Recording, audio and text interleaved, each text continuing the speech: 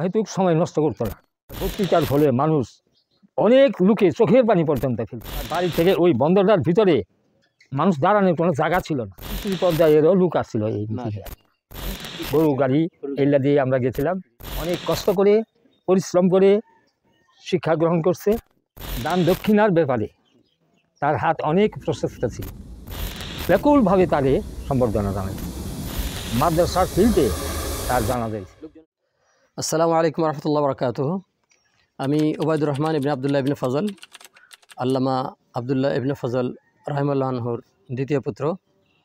আমি আপনাদের বহুল প্রতীক্ষিত প্রত্যাশিত আল্লামার জীবনী এবং স্মৃতিচারণ সংক্রান্ত আমাদের যে পর্বগুলো আমরা নিয়ে আসছি, তারই একটি নতুন এপিসোড, নতুন পর্ব নিয়ে আপনাদের সম্মুখে হাজির হয়েছি। আপনারা জানছেন ইতিমধ্যেই যে আল্লামার জীবনী এবং স্মৃতি সংগ্রহের জন্য আমরা কাজ করছি। আমরা পর্বটির নাম দিয়েছি স্মৃতির অন্তরালে আল্লামা আবদুল্লাহ ইবনে ফজল রাহিমাহুল্লাহ আনহু। স্মৃতির অন্তরালে বাংলার বুলবুল আল্লামা আবদুল্লাহ ইবনে ফজল রাহিমাহুল্লাহ আনহু।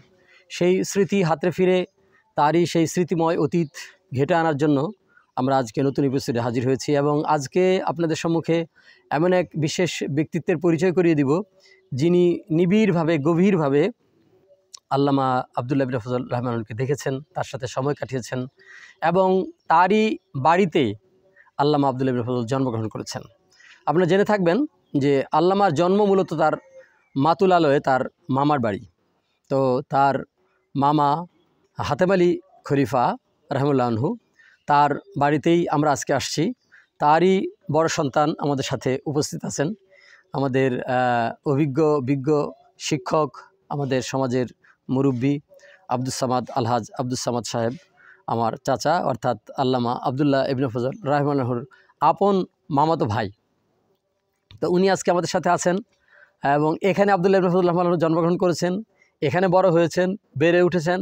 তাদের সাথে এক ধরনের বলতে গেলে খেলাধুলার কিছু সময় কেটেছে। তারাও তার সাথে নিবিড় সান্নিধ্য লাভ করে তার বিবাহ অনুষ্ঠান পর্যন্ত তারা অংশগ্রহণ করেছেন। তার মুখে আপনারা তো শুনতে পারবেন সেই স্মৃতিগুলো। আজকে আপনাদের সামনে আমরা আলোচনা করবো ইনশাআল্লাহ। তার সাথে পরিচয় করে দিচ্ছি।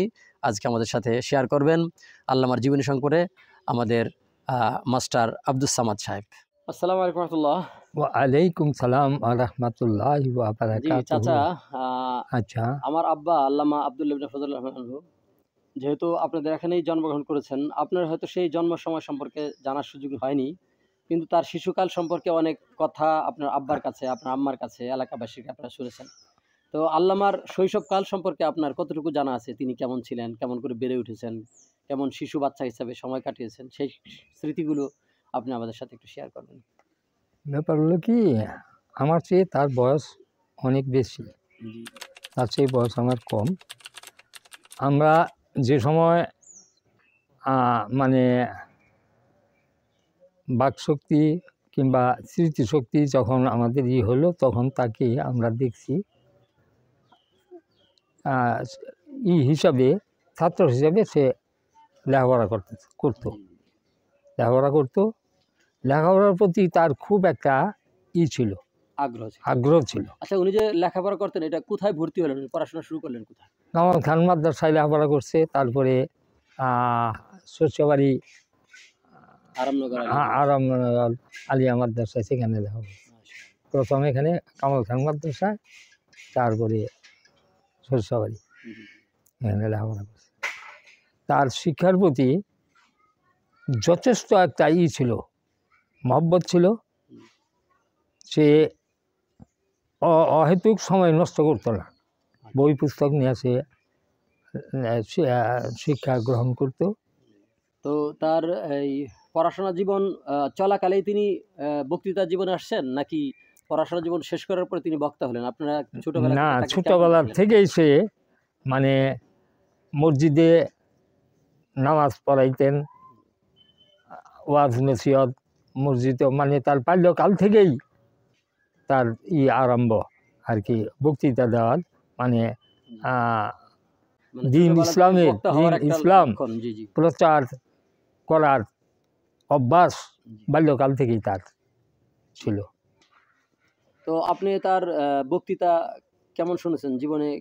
বহুবার বক্তৃতা শোনার সুযোগ অনেকবার হয়েছে? তার বক্তৃতা তো তার শুনছি। বক্তৃতা কেমন লাগতো? কেমন তিনি বক্তৃতা দিতেন? মানুষ তার বক্তৃতায় মানুষ এরকম অবস্থা হয়ে যাইত যে কামাল খান মাদ্রাসায় বা বিভিন্ন জায়গায় যে সভা শান্তি হইতো, তাকে সেখানে বক্তা হিসাবে তারা নিত। এমনকি তার বক্তৃতায় ইসলাম ধর্মের ব্যাপারে তিনি বক্তৃতা করতেন। তার বক্তৃতার ফলে মানুষ অনেক লোকে চোখের পানি পর্যন্ত ফেলত জি। তার বক্তৃতার আবেগ, শুনে আবেগে। আলাময়ী ভাষায়। হ্যাঁ, জি।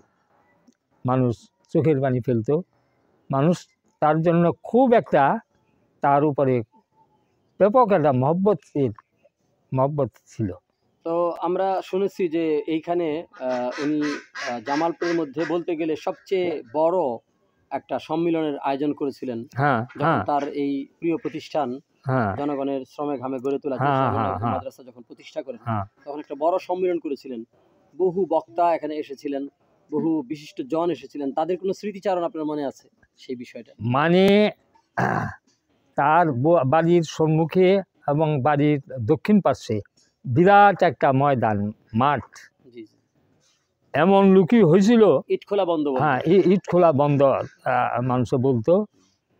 তার বাড়ি থেকে ওই বন্দরটার ভিতরে মানুষ দাঁড়ানোর কোনো জায়গা ছিল না, এত লোকজন হয়েছিল যে আমাদের এলাকায় এই ধরনের সভা শান্তি সভা। তো তখন যে এই বিশেষ মাহফিলে যে বহিরাগত মেহমানরা যারা আসছিলেন, তারা কোন পর্যায়ের? বিশেষ কোনো ব্যক্তি, তার কোনো স্মৃতি মনে পড়ে যে অমুক আসছিলেন? অনেক বক্তাও আছে, মানে দেশের ভিতরে শ্রেষ্ঠ নেতা ঠেতা যারা ছিল তারা অনেকেই আসছিল। আর ইয়া ছাড়া তোমার কি ওই মন্ত্রী পর্যায়েরও লোক আসছিল এই মিছিলে। সরকার ভিতর প্রশাসন লেভেল বা শিক্ষিত ব্যক্তি ইত্যাদি সমাজের বিশেষ শ্রেণীর লোকজনরা বিশেষ আসছিলেন। অনেক লোকজন। তো আল্লামার তো বিভিন্ন আসলে জায়গা থেকে। জন্ম আপনাদের এখানে। জি, আপনার কি জি। কোনো মনে পড়ে যে আল্লামা এই ঘরে ছিলেন, অমুক ঘরটা, অমুক জায়গাটা? সেটা কি আপনাদের বাড়িতে ছিল? আপনি তখন দেখছেন সেই ঘরগুলো? হ্যাঁ, সে ঘর দেখছি, আচ্ছা, আচ্ছা। সে ঘর দেখছি। আপনাদের বাড়িতেই থাকাকালে কি তিনি বিয়ে করেছেন? হ্যাঁ, আমাদের বাড়িতে থাকাকালীন বিয়ে করছেন। তা কোথায় বিয়ে হলো? বিয়ে বিয়েতে করলো। আপনি গিয়েছিলেন কি? হ্যাঁ, বিয়েতে আমি গিয়েছিলাম। আচ্ছা। সে বিয়ে করছে নালন্দা থানার জাউগাড়া। জি, জি, জি। হ্যাঁ, জাউগাড়ায় বিয়ে করলো। আপনারা কিভাবে গেলেন সেই বিয়ের বিয়ের অনুষ্ঠানে?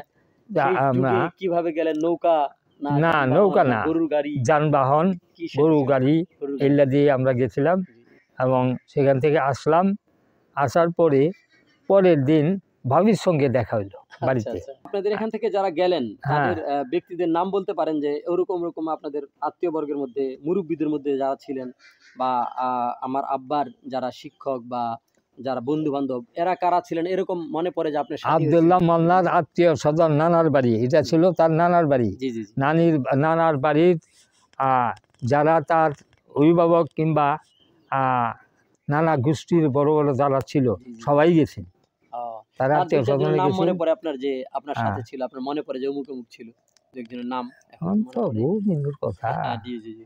হ্যাঁ, আসলে নাই। ওইখানে যে বিয়ের ভোজ অনুষ্ঠান হয়েছিল, সেই কোনো স্মৃতি আপনার আছে? খাদ্যাদি ব্যবস্থাপনা ওইখানে? না, খাদ্যের কোনো বেতাল হয় নাই। আলহামদুলিল্লাহ। খুব অনেক লোকজন হয়েছিল। খাওয়া দাওয়ার কোনো অসুবিধা হয় নাই। তো আল্লামা তো আলহামদুলিল্লাহ তিনি নিজে বড় আলেম ছিলেন, এলেমের চর্চা করেছেন, কিন্তু সমাজের মধ্যে জ্ঞান বিস্তারের ক্ষেত্রে, শিক্ষা বিস্তারের ক্ষেত্রে তার ভূমিকাগুলো কি ছিল? আপনার কি এরকম কিছু মনে পড়ে যে তিনি আর মক্তব প্রতিষ্ঠা, মক্তবে সহযোগিতা দান, মাদ্রাসা প্রতিষ্ঠা, জনগণের যারা শিক্ষা প্রতিষ্ঠানে পড়াশোনা করছে সে সাপোর্ট করা, তার এই বিষয়গুলো? জীবনটা নিজেও অনেক কষ্ট করে পরিশ্রম করে শিক্ষা গ্রহণ করছে এবং তারপরে শিক্ষা গ্রহণ শেষে সে শিক্ষা প্রচারের জন্যে, বিস্তারের জন্যে বিভিন্ন জায়গাতে মাদ্রাসা, মক্তব, শিক্ষা প্রতিষ্ঠান এগুলি খোলার জন্য যথাসাধ্য চেষ্টা করছেন এবং লোকদেরকে উৎসাহ প্রদান করছেন আলহামদুলিল্লাহ। যে দিন সম্বন্ধে কিছু করলে ইহকালে এবং পরকালে তাদের শান্তি, এই আশা লোকজনকে দিয়ে সে ধর্ম প্রচারের ব্যাপারে শিক্ষা প্রতিষ্ঠানগুলি তো আসলে তো অনেক আমরা তিনি করছেন। ছোট ছিলাম, অনেক শেষ কিছু পর্যন্ত হয় না, দেখা কিছু গেল দেখেছি। সে এগুলো তো করছে ইয়া ছাড়া নিজেও একটা বিরাট মাদ্রাসা মাদ্রাসার প্রতিষ্ঠা করলেন। হ্যাঁ প্রথম হেফজখানা, হুম, তারপরে হেফজখানা প্লাস শিক্ষা ব্যবস্থা, জি জি, জেনারেল শিক্ষার সমন্বয় হ্যাঁ হ্যাঁ হ্যাঁ, শিক্ষা ব্যবস্থা। এই ব্যবস্থা তো এইগুলি আমরা করছিলেন। ওনার বদান্যতা, দান দক্ষিণার কথা শুনি, এটা আমাদের কাছে শুনতে মনে হয় যে কিংবদন্তির মতো। তো শুনেছি যে তিনি প্রচুর পরিমাণে জনগণের সেবা করেছেন, দান করেছেন, সহযোগিতা করেছেন, যেটা বিরল বলা চলে আমাদের আলেমদের মধ্যে সাধারণত। হুম এটা হুম হুম। অনেক বিরল। তো আপনার দৃষ্টিতে, আপনার দেখাতে তিনি জনগণের সহযোগিতা, তারপরে দরিদ্র জনসহযোগিতা কিভাবে করেছেন, কেমন দেখেছেন আপনি? এটা কি মনে পড়ে কিছু? তিনি তো বিশেষ করে দান দক্ষিণার ব্যাপারে তার হাত অনেক প্রশস্ত ছিল। এই যে ইয়ের সময় রমজানে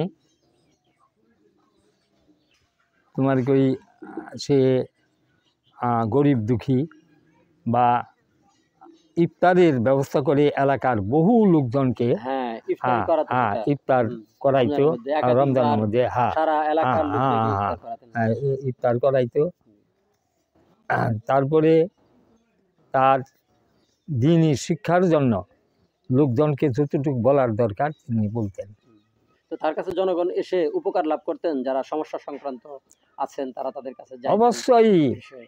তার কাছে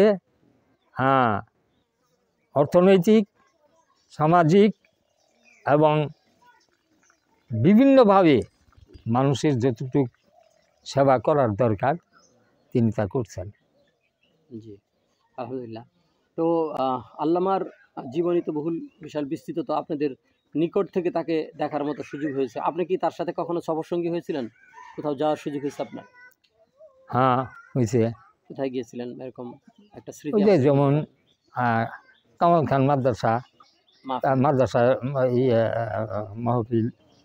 যখন তাকে মাহফিলে নেওয়া হতো, কেমন রেসপেক্ট করা হতো তাকে, কিছু আপনার স্মরণ ওরে পড়ে? আল্লাহ, মানুষ ব্যাকুলভাবে তাকে সম্বর্ধনা জানাইত।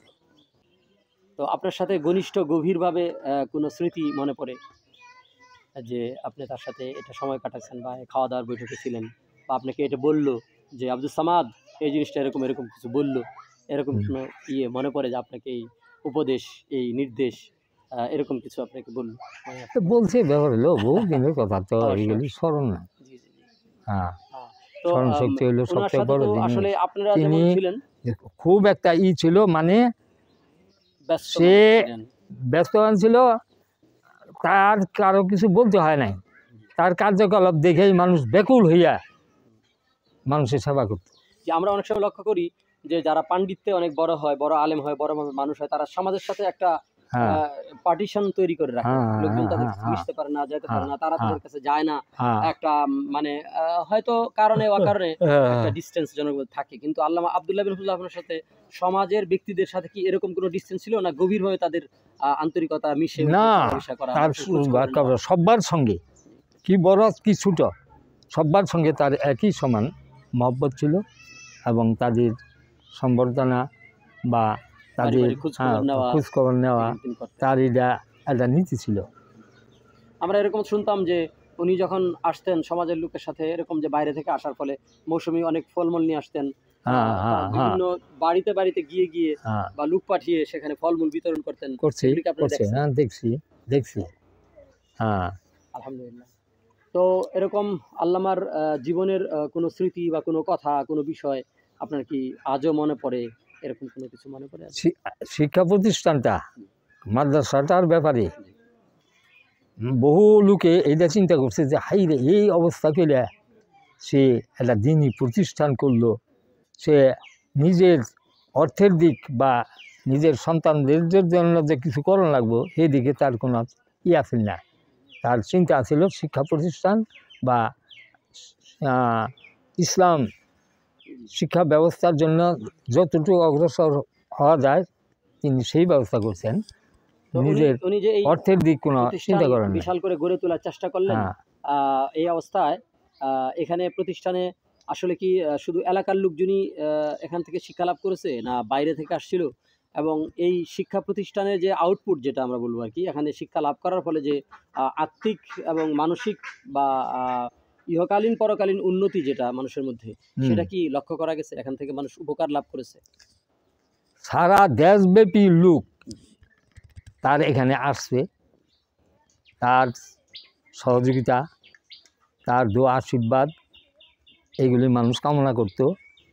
তার এখানে শুধু এলাকার লোক না, সারা দেশব্যাপী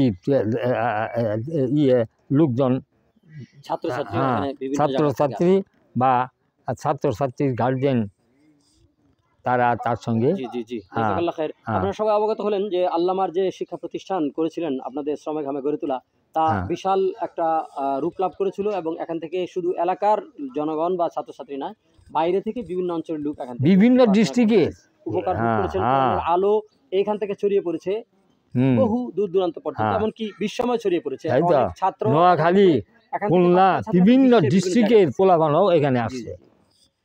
তো আল্লাহর ইচ্ছায় তিনি ইন্তেকাল করলেন, তো ওই তার যে ইন্তেকালের সময়টা, এটা কি আপনার কিছু স্মরণ আছে? ইন্তেকালের কথা স্মরণ আছে, গেছিল সভা করবার, জি জি রাজশাহী না কোন জায়গায় জানি। জি জি, হ্যাঁ, রাজশাহী। হ্যাঁ, সভা করবার জন্য গেছিল। জি। এই তার ইন্তেকালের পরবর্তীতে আপনারা কি তার জানাজাতে অংশ নিয়েছিলেন? অবশ্যই কোথায় জানাজা হয়েছিল এবং জানাজা কেমন স্কুল, লোকের সমাগম ছিল, লোকজনের অনুভূতি কি ছিল? মসজিদ মানে তার যে মাদ্রাসা, জি সে যে মাদ্রাসা করছে, জি জি।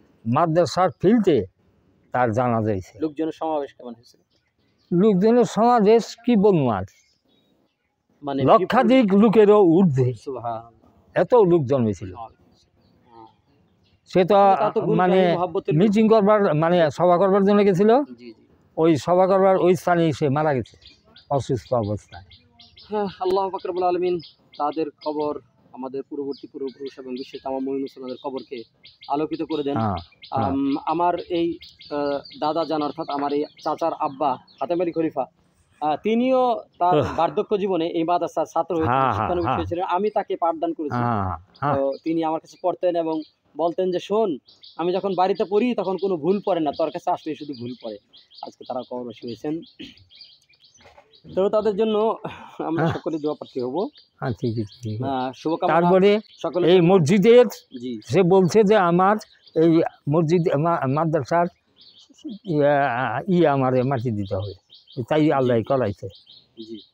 তো আলহামদুলিল্লাহ, এখন তো তার কবরটা তো ভাঙ্গা ধরছে, বুঝছো? আব্দুল সামাদ চাচার কাছ থেকে আমরা হ্যাঁ। অত্যন্ত গুরুত্বপূর্ণ হ্যাঁ। স্মৃতিময় সেই আলোচনা শুনলাম, সেই নস্টালজিয়া, স্মৃতির সেই গভীরতা আজকে আমাদের সামনে প্রকাশ পেল। তো আল্লাহ পাক রব্বুল আলামিন আমাদের এই খেদমতকে কবুল করুন এবং আমাদের সকলকে সাথে নিয়ে দিনের সুপ্রতিষ্ঠা থেকে সবাই আবার একসাথে জান্নাতে সমবেত হতে পারি, এই কামনা করছি। আপনাদেরকে সাথে নিয়ে আমরা জান্নাতে যেতে পারি, সে আশাবাদ ব্যক্ত করে আল্লাহর কাছে দোয়া করে আমরা শেষ করছি। আল্লাহ কবুল করুন, আল্লাহুম্মা আমিন। সকলকে জাযাকাল্লাহ খায়ের আমাদের সাথে থাকার জন্য। দেশে বা বিদেশ থেকে যারা দেখছেন, পরবর্তী এপিসোডগুলোতে তারা অংশগ্রহণ করবেন এবং ছড়িয়ে দিবেন আপনাদের শেয়ারের মাধ্যমে, এবং আপনাদের বিভিন্ন মন্তব্য এবং সহযোগিতা, আপনাদের বিশেষ করে স্মৃতিচারণ আমাদের সাথে যুক্ত করে, এবং আমরা যেন আপনাদের কাছ থেকে এরকম তথ্য সংগ্রহ করে বিশ্বময় প্রচার করে দিয়ে দিনের অগ্রসরমানতার কাজে অংশ নিতে পারি, সাদকা জারিয়াতে অংশ নিতে পারি, সেই তৌফিক আল্লাহ দান করুন। এই বলে আজকের বক্তব্য শেষ করছি। জাযাকাল্লাহ খায়ের। আসসালামু আলাইকুম ওয়া রাহমাতুল্লাহ। সুবহানাকাল্লাহুম্মা ওয়া বিহামদিকা, আশহাদু আল্লা ইলাহা ইল্লা আনতা, আস্তাগফিরুকা ওয়া আতুবু ইলাইক।